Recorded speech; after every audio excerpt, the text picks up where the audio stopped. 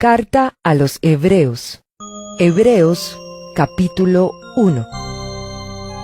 Dios, que muchas veces y de varias maneras habló a nuestros antepasados en otras épocas por medio de los profetas, en estos días finales nos ha hablado por medio de su Hijo.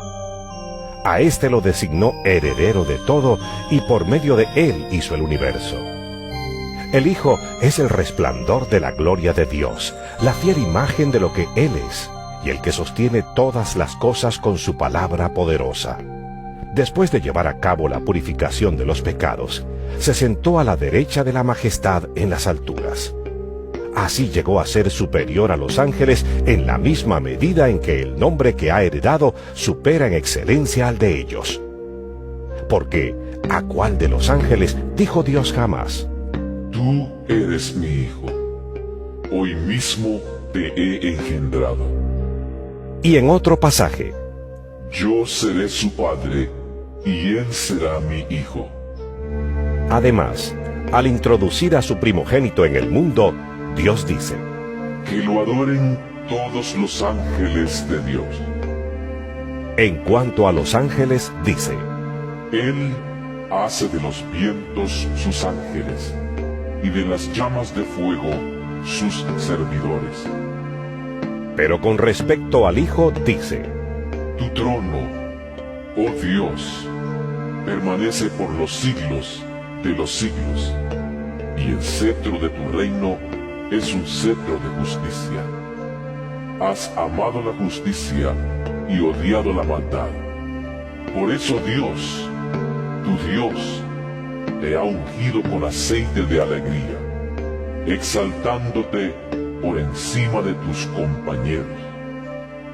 También dice: En el principio, oh Señor, tú afirmaste la tierra, y los cielos son la obra de tus manos. Ellos perecerán, pero tú permaneces para siempre. Todos ellos se desgastarán como un vestido.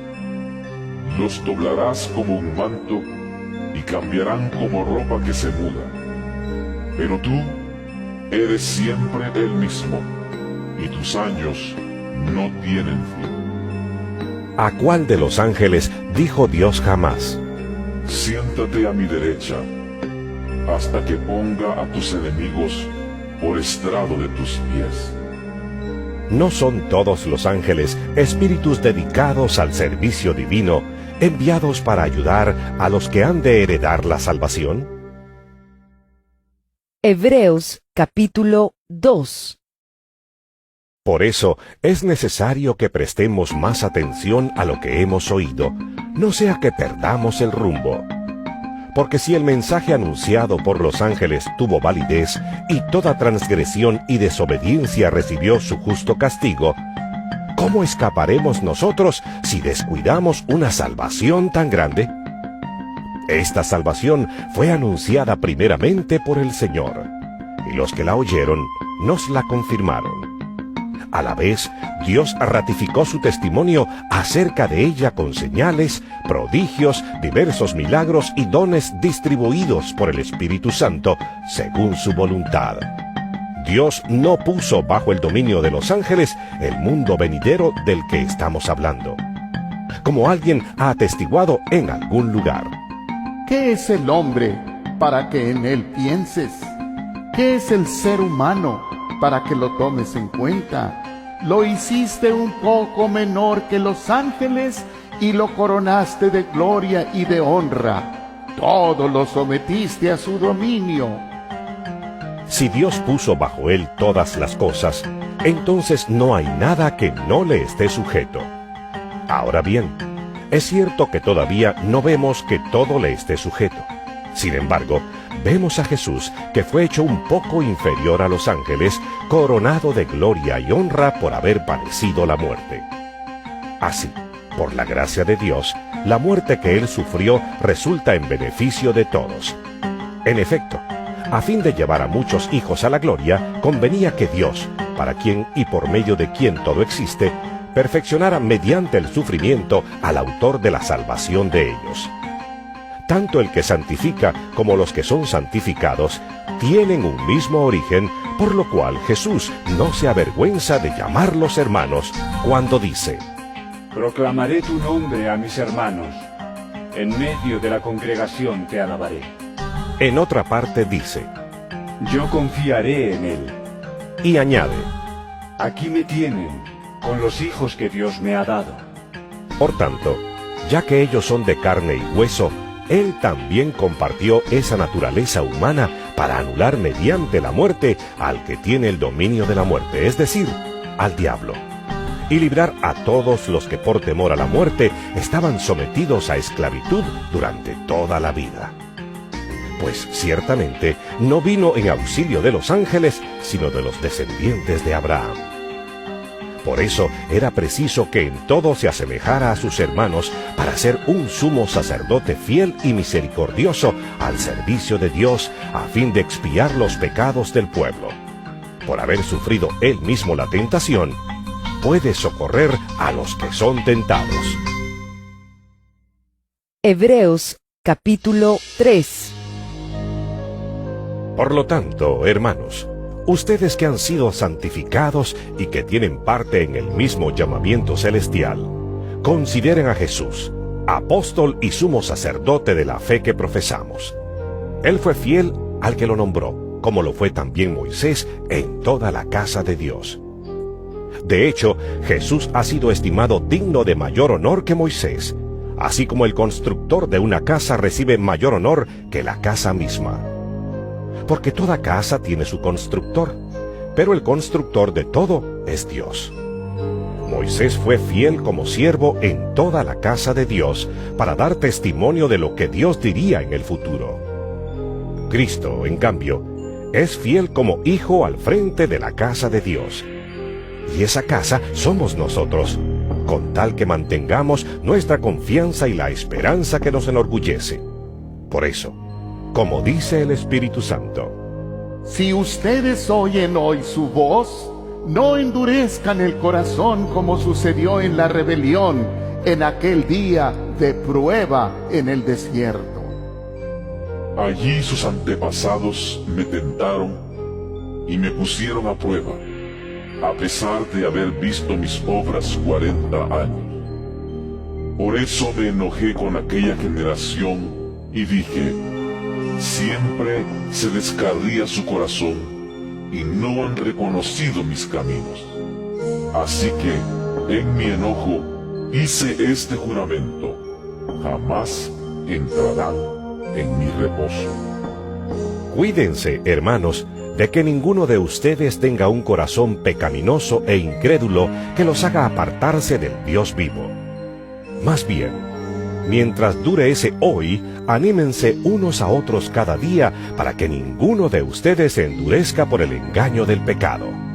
Hemos llegado a tener parte con Cristo con tal que retengamos firme hasta el fin la confianza que tuvimos al principio. Como se acaba de decir: Si ustedes oyen hoy su voz, no endurezcan el corazón como sucedió en la rebelión. Ahora bien, ¿quiénes fueron los que oyeron y se rebelaron? ¿No fueron acaso todos los que salieron de Egipto guiados por Moisés? ¿Y con quiénes se enojó Dios durante 40 años? ¿No fue acaso con los que pecaron, los cuales cayeron muertos en el desierto? ¿Y a quiénes juró Dios que jamás entrarían en su reposo, sino a los que desobedecieron? Como podemos ver, no pudieron entrar por causa de su incredulidad. Hebreos capítulo 4. Cuidémonos, por tanto, no sea que, aunque la promesa de entrar en su reposo sigue vigente, alguno de ustedes parezca quedarse atrás. Porque a nosotros, lo mismo que a ellos, se nos ha anunciado la buena noticia, pero el mensaje que escucharon no les sirvió de nada porque no se unieron en la fe a los que habían prestado atención a ese mensaje.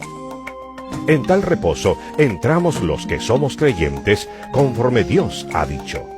Así que, en mi enojo, hice este juramento: jamás entrarán en mi reposo. Es cierto que su trabajo quedó terminado con la creación del mundo, pues en algún lugar se ha dicho así del séptimo día. Y en el séptimo día reposó Dios de todas sus obras. Y en el pasaje citado también dice: Jamás entrarán en mi reposo. Sin embargo, todavía falta que algunos entren en ese reposo, y los primeros a quienes se les anunció la buena noticia no entraron por causa de su desobediencia. Por eso, Dios volvió a fijar un día, que es hoy, cuando mucho después declaró por medio de David lo que ya se ha mencionado. Si ustedes oyen hoy su voz, no endurezcan el corazón. Si Josué les hubiera dado el reposo, Dios no habría hablado posteriormente de otro día. Por consiguiente, queda todavía un reposo especial para el pueblo de Dios, porque el que entra en el reposo de Dios descansa también de sus obras, así como Dios descansó de las suyas. Esforcémonos, pues, por entrar en ese reposo, para que nadie caiga al seguir aquel ejemplo de desobediencia. Ciertamente, la palabra de Dios es viva y poderosa, y más cortante que cualquier espada de dos filos. Penetra hasta lo más profundo del alma y del espíritu, hasta la médula de los huesos, y juzga los pensamientos y las intenciones del corazón.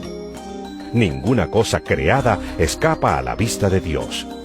Todo está al descubierto, expuesto a los ojos de aquel a quien hemos de rendir cuentas.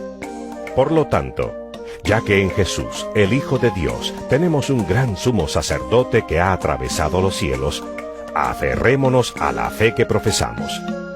Porque no tenemos un sumo sacerdote incapaz de compadecerse de nuestras debilidades, sino uno que ha sido tentado en todo de la misma manera que nosotros, aunque sin pecado. Así que acerquémonos confiadamente al trono de la gracia para recibir misericordia y hallar la gracia que nos ayude en el momento que más la necesitemos. Hebreos capítulo 5. Todo sumo sacerdote es escogido de entre los hombres. Él mismo es nombrado para representar a su pueblo ante Dios y ofrecer dones y sacrificios por los pecados. Puede tratar con paciencia a los ignorantes y extraviados, ya que él mismo está sujeto a las debilidades humanas. Por tal razón, se ve obligado a ofrecer sacrificios por sus propios pecados, como también por los del pueblo. Nadie ocupa ese cargo por iniciativa propia. Más bien, lo ocupa el que es llamado por Dios, como sucedió con Aarón. Tampoco Cristo se glorificó a sí mismo haciéndose sumo sacerdote, sino que Dios le dijo: Tú eres mi hijo, hoy mismo te he engendrado. Y en otro pasaje dice: Tú eres sacerdote para siempre, según el orden de Melquisedec. En los días de su vida mortal, Jesús ofreció oraciones y súplicas con fuerte clamor y lágrimas al que podía salvarlo de la muerte, y fue escuchado por su reverente sumisión. Aunque era hijo, mediante el sufrimiento, aprendió a obedecer y, consumada su perfección, llegó a ser autor de salvación eterna para todos los que le obedecen.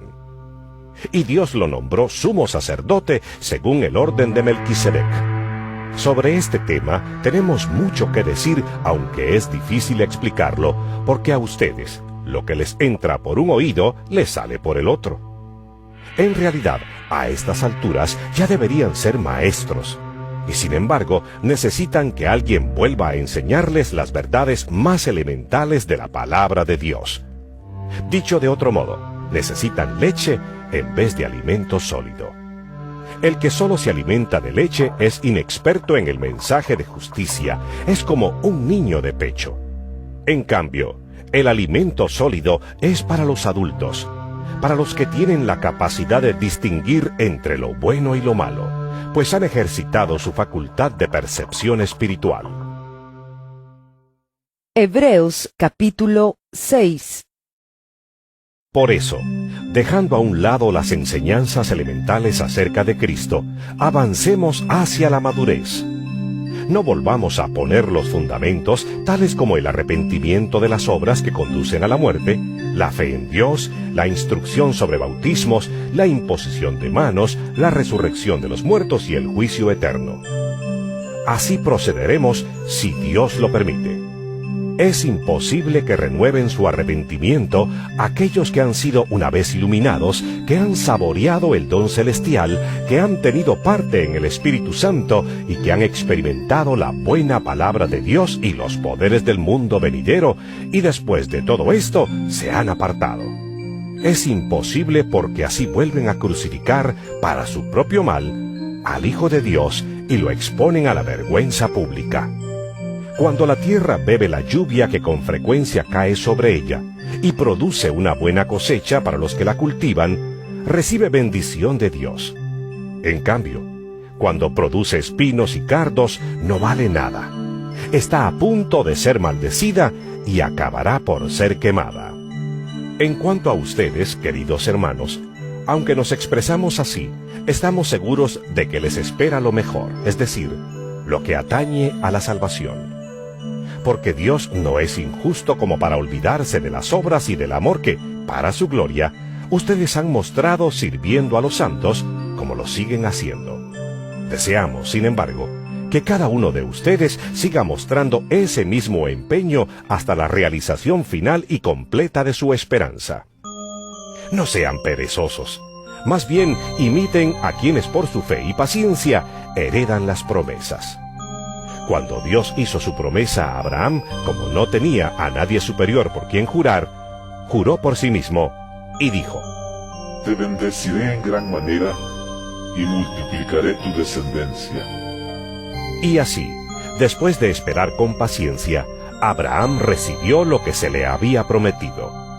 Los seres humanos juran por alguien superior a ellos mismos, y el juramento, al confirmar lo que se ha dicho, pone punto final a toda discusión. Por eso Dios, queriendo demostrar claramente a los herederos de la promesa que su propósito es inmutable, la confirmó con un juramento. Lo hizo así para que, mediante la promesa y el juramento, que son dos realidades inmutables en las cuales es imposible que Dios mienta, tengamos un estímulo poderoso los que, buscando refugio, nos aferramos a la esperanza que está delante de nosotros.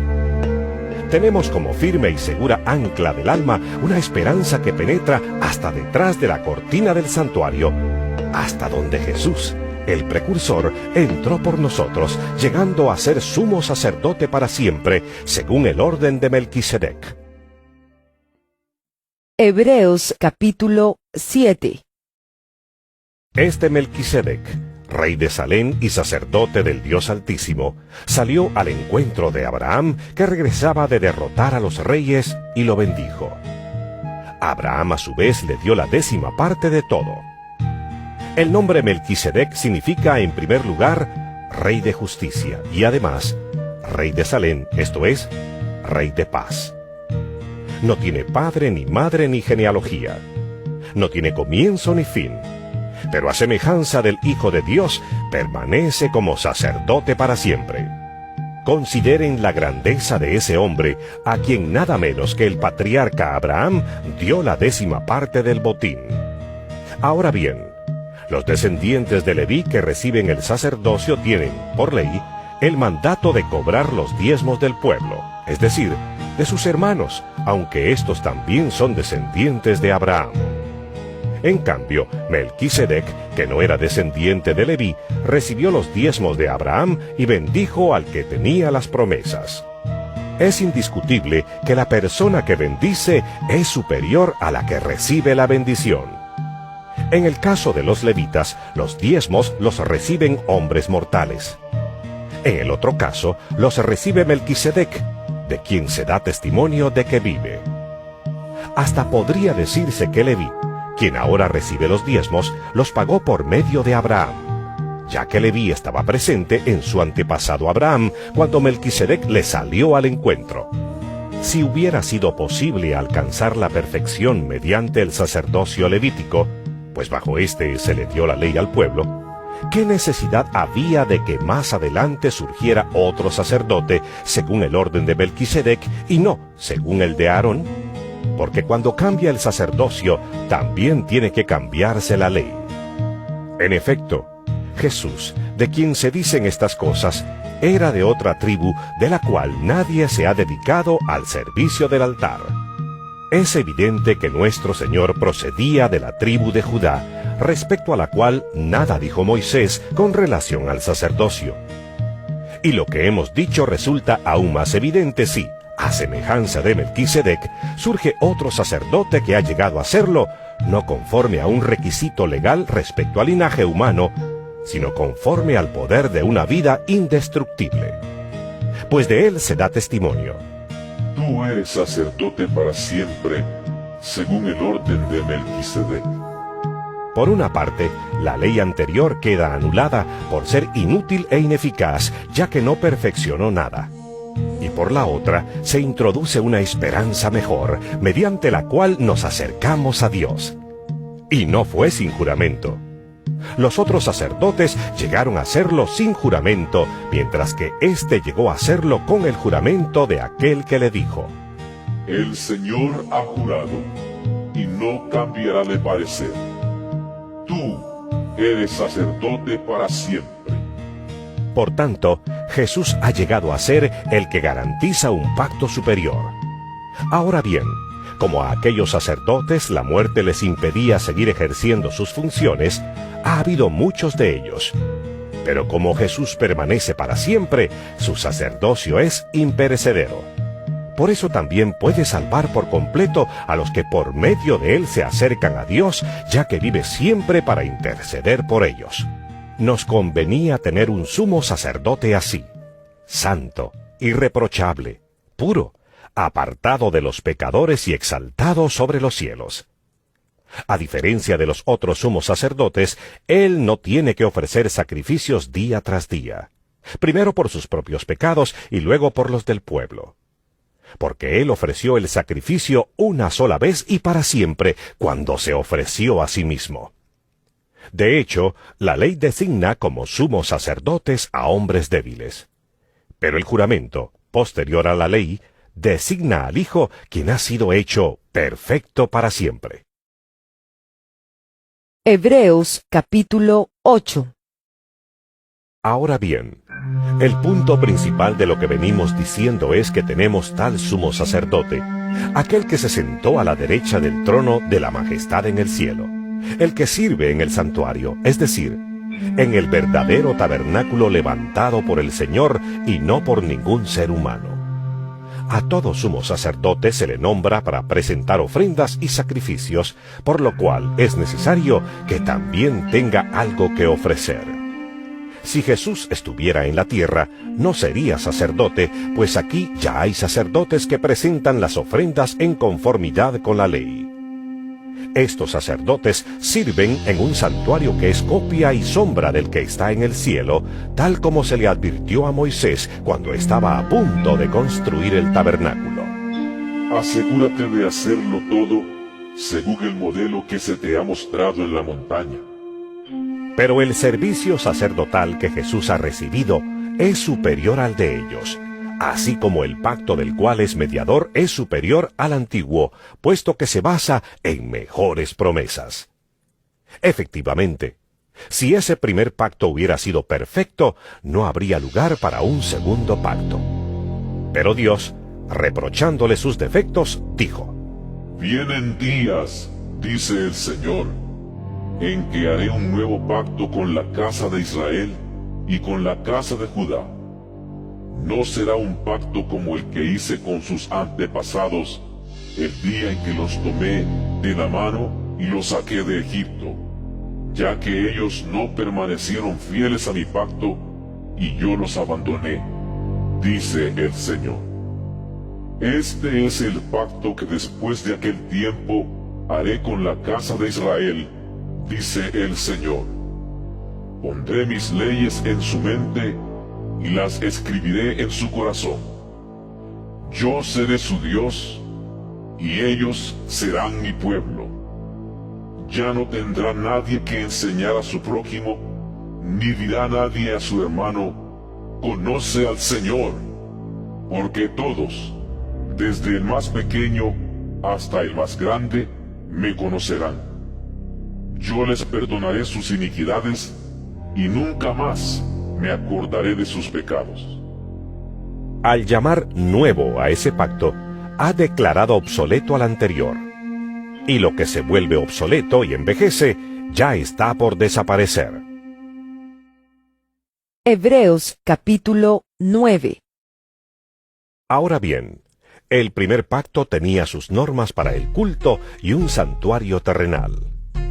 En efecto, se habilitó un tabernáculo de tal modo que en su primera parte, llamada el lugar santo, estaban el candelabro, la mesa y los panes consagrados. Tras la segunda cortina estaba la parte llamada el lugar santísimo, el cual tenía el altar de oro para el incienso y el arca del pacto, toda recubierta de oro. Dentro del arca había una urna de oro que contenía el maná, la vara de Aarón que había retoñado y las tablas del pacto. Encima del arca estaban los querubines de la gloria que cubrían con su sombra el lugar de la expiación. Pero ahora no se puede hablar de eso en detalle. Así dispuestas todas estas cosas, los sacerdotes entran continuamente en la primera parte del tabernáculo para celebrar el culto. Pero en la segunda parte entra únicamente el sumo sacerdote y solo una vez al año, provisto siempre de sangre que ofrece por sí mismo y por los pecados de ignorancia cometidos por el pueblo. Con esto el Espíritu Santo da a entender que, mientras siga en pie el primer tabernáculo, aún no se habrá revelado el camino que conduce al lugar santísimo. Esto nos ilustra hoy día que las ofrendas y los sacrificios que allí se ofrecen no tienen poder alguno para perfeccionar la conciencia de los que celebran ese culto. No se trata más que de reglas externas relacionadas con alimentos, bebidas y diversas ceremonias de purificación, válidas solo hasta el tiempo señalado para reformarlo todo. Cristo, por el contrario, al presentarse como sumo sacerdote de los bienes definitivos en el tabernáculo más excelente y perfecto, no hecho por manos humanas, es decir, que no es de esta creación, entró una sola vez y para siempre en el lugar santísimo. No lo hizo con sangre de machos cabríos y becerros, sino con su propia sangre, logrando así un rescate eterno. La sangre de machos cabríos y de toros y las cenizas de una novilla rociadas sobre personas impuras, la santifican de modo que quedan limpias por fuera. Si esto es así, cuanto más la sangre de Cristo, quien por medio del Espíritu Eterno se ofreció sin mancha a Dios, purificará nuestra conciencia de las obras que conducen a la muerte, a fin de que sirvamos al Dios viviente. Por eso Cristo es mediador de un nuevo pacto, para que los llamados reciban la herencia eterna prometida, ahora que Él ha muerto para liberarlos de los pecados cometidos bajo el primer pacto. En el caso de un testamento, es necesario constatar la muerte del testador, pues un testamento solo adquiere validez cuando el testador muere y no entra en vigor mientras vive. De ahí que ni siquiera el primer pacto se haya establecido sin sangre. Después de promulgar todos los mandamientos de la ley a todo el pueblo, Moisés tomó la sangre de los becerros junto con agua, lana escarlata y ramas de hisopo, y roció el libro de la ley y a todo el pueblo, diciendo: Esta es la sangre del pacto que Dios ha mandado que ustedes cumplan. De la misma manera, roció con la sangre el tabernáculo y todos los objetos que se usaban en el culto. De hecho, la ley exige que casi todo sea purificado con sangre, pues sin derramamiento de sangre no hay perdón. Así que era necesario que las copias de las realidades celestiales fueran purificadas con esos sacrificios, pero que las realidades mismas lo fueran con sacrificios superiores a aquellos. En efecto, Cristo no entró en un santuario hecho por manos humanas, simple copia del verdadero santuario, sino en el cielo mismo, para presentarse ahora ante Dios en favor nuestro. Ni entró en el cielo para ofrecerse vez tras vez, como entra el sumo sacerdote en el lugar santísimo cada año con sangre ajena. Si así fuera, Cristo habría tenido que sufrir muchas veces desde la creación del mundo. Al contrario, ahora, al final de los tiempos, se ha presentado una sola vez y para siempre a fin de acabar con el pecado mediante el sacrificio de sí mismo.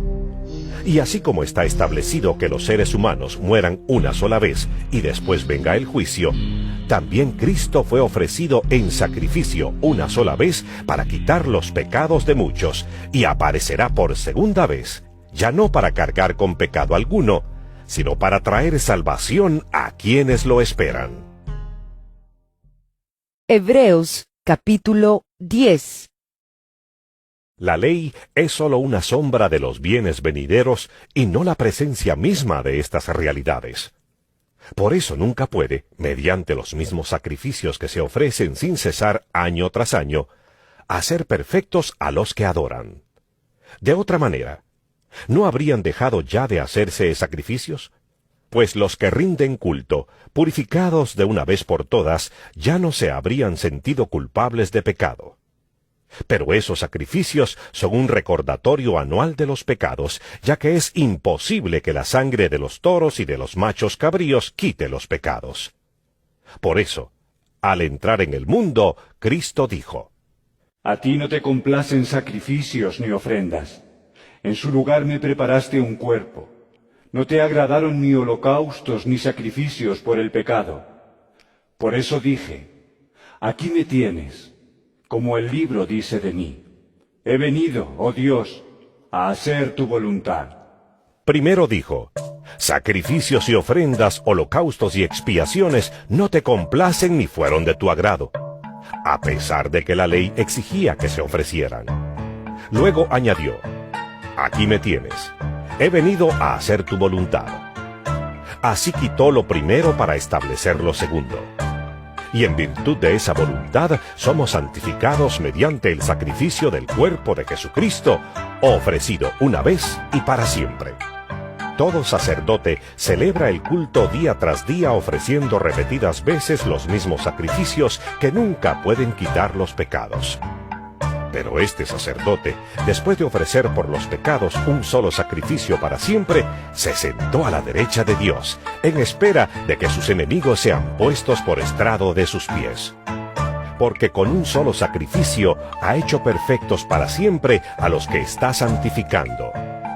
También el Espíritu Santo nos da testimonio de ello. Primero dice: Este es el pacto que haré con ellos después de aquel tiempo, dice el Señor. Pondré mis leyes en su corazón y las escribiré en su mente. Después añade: y nunca más me acordaré de sus pecados y maldades. Y cuando estos han sido perdonados, ya no hace falta otro sacrificio por el pecado.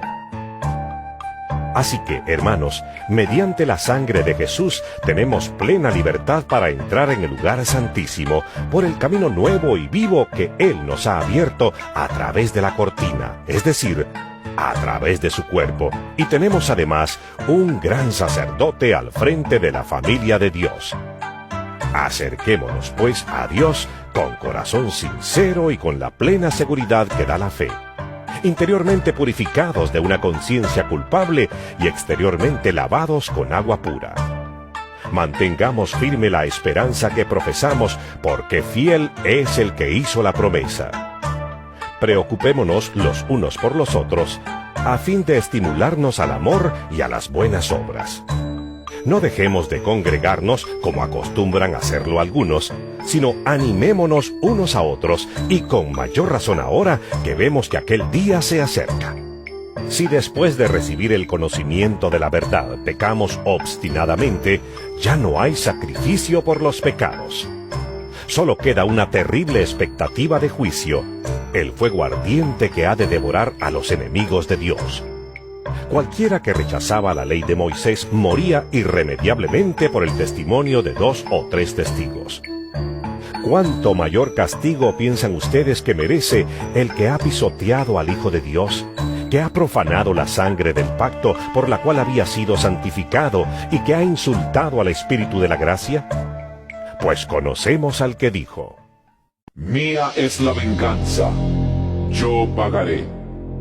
Y también, El Señor juzgará a su pueblo. terrible cosa es caer en las manos del Dios vivo.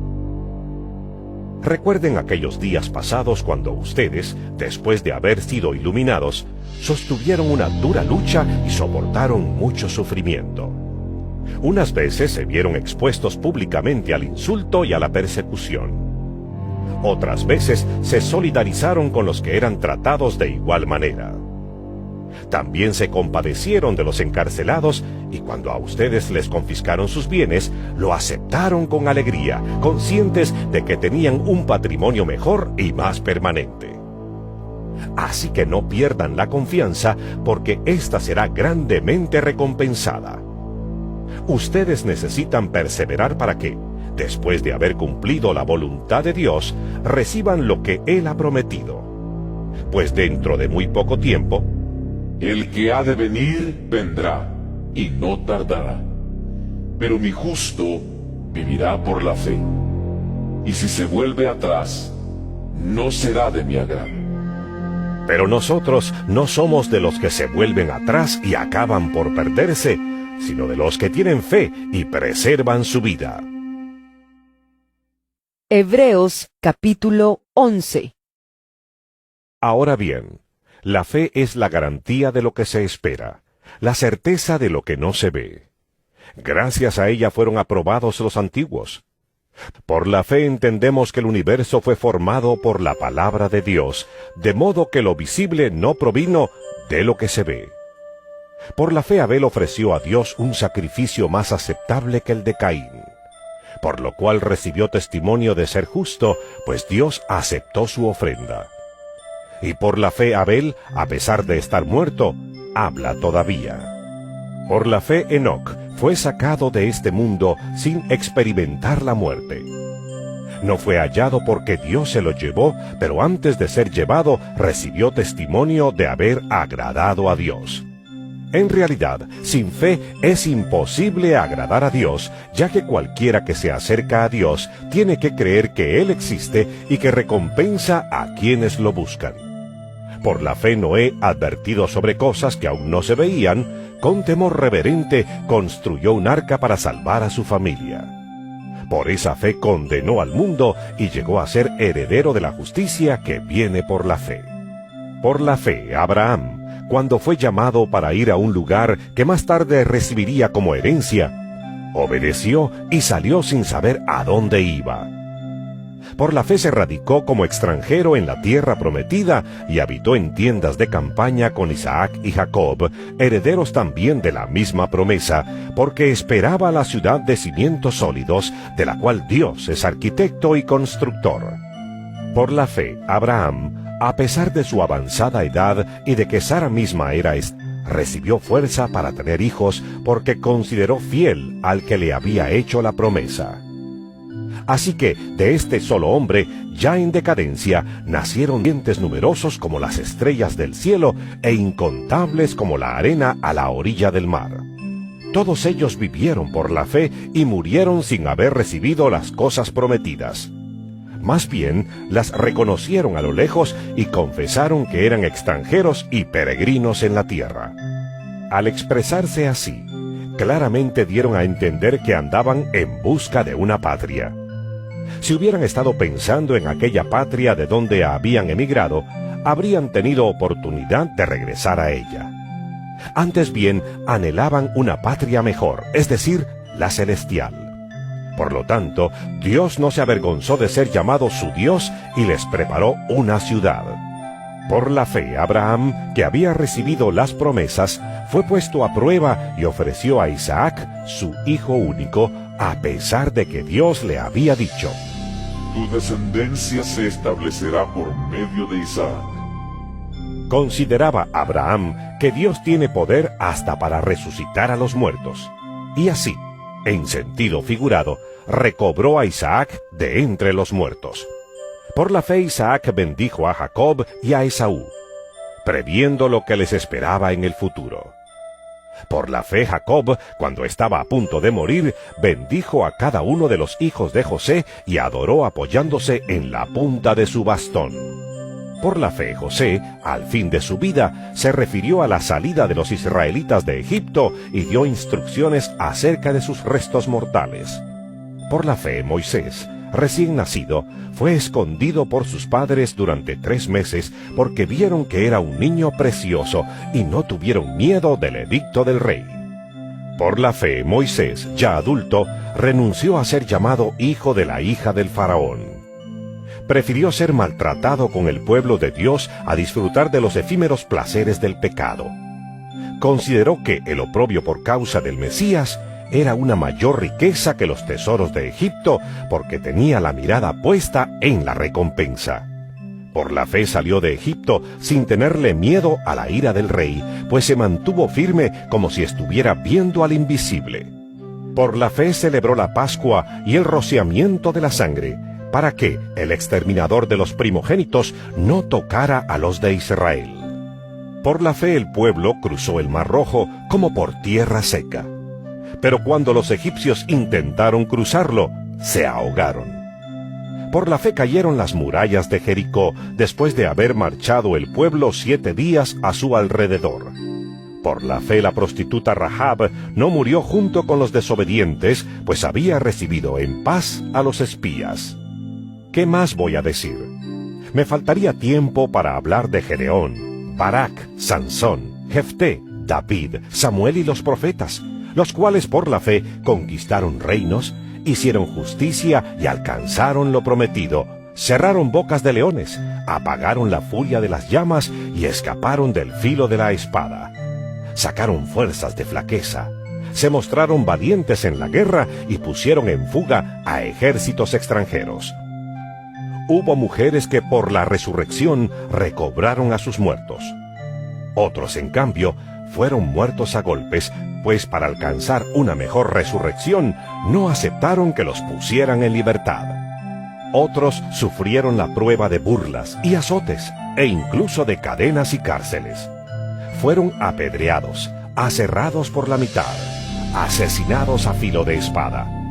Anduvieron fugitivos de aquí para allá, cubiertos de pieles de oveja y de cabra, pasando necesidades, afligidos y maltratados. El mundo no merecía gente así. Anduvieron sin rumbo por desiertos y montañas, por cuevas y cavernas. Aunque todos obtuvieron un testimonio favorable mediante la fe, ninguno de ellos vio el cumplimiento de la promesa. Esto sucedió para que ellos no llegaran a la meta sin nosotros, pues Dios nos había preparado algo mejor. Hebreos capítulo 12. Por tanto, también nosotros, que estamos rodeados de una multitud tan grande de testigos, despojémonos del lastre que nos estorba, en especial del pecado que nos asedia, y corramos con perseverancia la carrera que tenemos por delante. Fijemos la mirada en Jesús, el iniciador y perfeccionador de nuestra fe, quien por el gozo que le esperaba, soportó la cruz, menospreciando la vergüenza que ella significaba, y ahora está sentado a la derecha del trono de Dios. Así pues, consideren a aquel que perseveró frente a tanta oposición por parte de los pecadores, para que no se cansen ni pierdan el ánimo. En la lucha que ustedes libran contra el pecado, todavía no han tenido que resistir hasta derramar su sangre. Y ya han olvidado por completo las palabras de aliento que como a hijos se les dirige.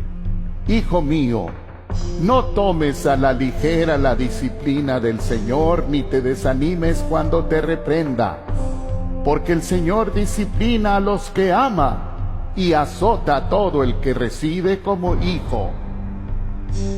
Lo que soportan es para su disciplina, pues Dios los está tratando como a hijos. ¿Qué hijo hay a quien el Padre no disciplina? Si a ustedes se les deja sin la disciplina que todos reciben, entonces son bastardos y no hijos legítimos. Después de todo, aunque nuestros padres humanos nos disciplinaban, los respetábamos. ¿No hemos de someternos con mayor razón al Padre de los Espíritus para que vivamos? En efecto, Nuestros padres nos disciplinaban por un breve tiempo, como mejor les parecía. Pero Dios lo hace para nuestro bien, a fin de que participemos de su santidad. Ciertamente, ninguna disciplina, en el momento de recibirla, parece agradable, sino más bien penosa. Sin embargo, después produce una cosecha de justicia y paz para quienes han sido entrenados por ella. Por tanto, renueven las fuerzas de sus manos cansadas y de sus rodillas debilitadas. Hagan sendas derechas para sus pies, para que la pierna coja no se disloque, sino que se sane. Busquen la paz con todos y la santidad, sin la cual nadie verá al Señor.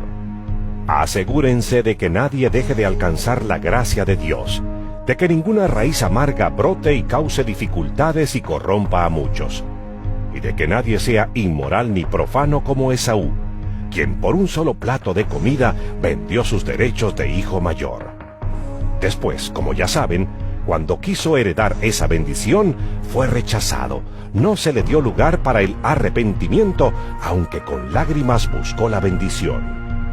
Ustedes no se han acercado a una montaña que se pueda tocar o que esté ardiendo en fuego, ni a oscuridad, tinieblas y tormenta, ni a sonido de trompeta, ni a tal clamor de palabras que quienes lo oyeron suplicaron que no se les hablara más, porque no podían soportar esta orden. Será apedreado todo el que toque la montaña, aunque sea un animal. Tan terrible era este espectáculo que Moisés dijo: Estoy temblando de miedo. Por el contrario, ustedes se han acercado al monte Sión, a la Jerusalén celestial, la ciudad del Dios viviente. Se han acercado a millares y millares de ángeles, a una asamblea gozosa, a la iglesia de los primogénitos inscritos en el cielo. Se han acercado a Dios, el juez de todos, a los espíritus de los justos que han llegado a la perfección, a Jesús, el mediador de un nuevo pacto, y a la sangre rociada que habla con más fuerza que la de Abel. Tengan cuidado de no rechazar al que habla, pues si no escaparon aquellos que rechazaron al que los amonestaba en la tierra, mucho menos escaparemos nosotros si le volvemos la espalda al que nos amonesta desde el cielo. En aquella ocasión, su voz conmovió la tierra, pero ahora ha prometido: Una vez más, haré que se estremezca no solo la tierra, sino también el cielo. La frase "una vez más" indica la transformación de las cosas movibles, es decir, las creadas para que permanezca lo inconmovible. Así que nosotros, que estamos recibiendo un reino inconmovible, seamos agradecidos. Inspirados por esta gratitud, adoremos a Dios como a Él le agrada, con temor reverente, porque nuestro Dios es fuego consumidor. Hebreos capítulo 13. Sigan amándose unos a otros fraternalmente. No se olviden de practicar la hospitalidad, pues gracias a ella algunos, sin saberlo, hospedaron ángeles. Acuérdense de los presos, como si ustedes fueran sus compañeros de cárcel, y también de los que son maltratados, como si fueran ustedes mismos los que sufren. Tengan todos en alta estima el matrimonio y la fidelidad conyugal, porque Dios juzgará a los adúlteros y a todos los que cometen inmoralidades sexuales. Manténganse libres del amor al dinero y conténtense con lo que tienen, porque Dios ha dicho: Nunca te dejaré, jamás te abandonaré. Así que podemos decir con toda confianza: el Señor es quien me ayuda, no temeré. ¿Qué me puede hacer un simple mortal? Acuérdense de sus dirigentes que les comunicaron la palabra de Dios. Consideren cuál fue el resultado de su estilo de vida e imiten su fe. Jesucristo es el mismo ayer y hoy y por los siglos. No se dejen llevar por ninguna clase de enseñanzas extrañas. Conviene que el corazón sea fortalecido por la gracia y no por alimentos rituales que de nada aprovechan a quienes los comen. Nosotros tenemos un altar del cual no tienen derecho a comer los que ofician en el tabernáculo. Porque el sumo sacerdote introduce la sangre de los animales en el lugar santísimo como sacrificio por el pecado, pero los cuerpos de esos animales se queman fuera del campamento. Por eso también Jesús, para santificar al pueblo mediante su propia sangre, sufrió fuera de la puerta de la ciudad. Por lo tanto, salgamos a su encuentro fuera del campamento, llevando la deshonra que él llevó, pues aquí no tenemos una ciudad permanente, sino que buscamos la ciudad venidera. Así que ofrezcamos continuamente a Dios, por medio de Jesucristo, un sacrificio de alabanza, es decir, el fruto de los labios que confiesan su nombre. No se olviden de hacer el bien y de compartir con otros lo que tienen, porque esos son los sacrificios que agradan a Dios. Obedezcan a sus dirigentes y sométanse a ellos, pues cuidan de ustedes como quienes tienen que rendir cuentas. Obedézcanlos a fin de que ellos cumplan su tarea con alegría y sin quejarse, pues el quejarse no les trae ningún provecho. Oren por nosotros, porque estamos seguros de tener la conciencia tranquila y queremos portarnos honradamente en todo. Les ruego encarecidamente que oren para que cuanto antes se me permita estar de nuevo con ustedes. El Dios que da la paz levantó de entre los muertos al gran pastor de las ovejas, a nuestro Señor Jesús, por la sangre del pacto eterno. Que Él los capacite en todo lo bueno para hacer su voluntad. Y que, por medio de Jesucristo, Dios cumpla en nosotros lo que le agrada. A Él sea la gloria por los siglos de los siglos. Amén. Hermanos, les ruego que reciban bien estas palabras de exhortación, ya que les he escrito brevemente. Quiero que sepan que nuestro hermano Timoteo ha sido puesto en libertad. Si llega pronto, iré con él a verlos. Saluden a todos sus dirigentes y a todos los santos. Los de Italia les mandan saludos. Que la gracia sea con todos ustedes.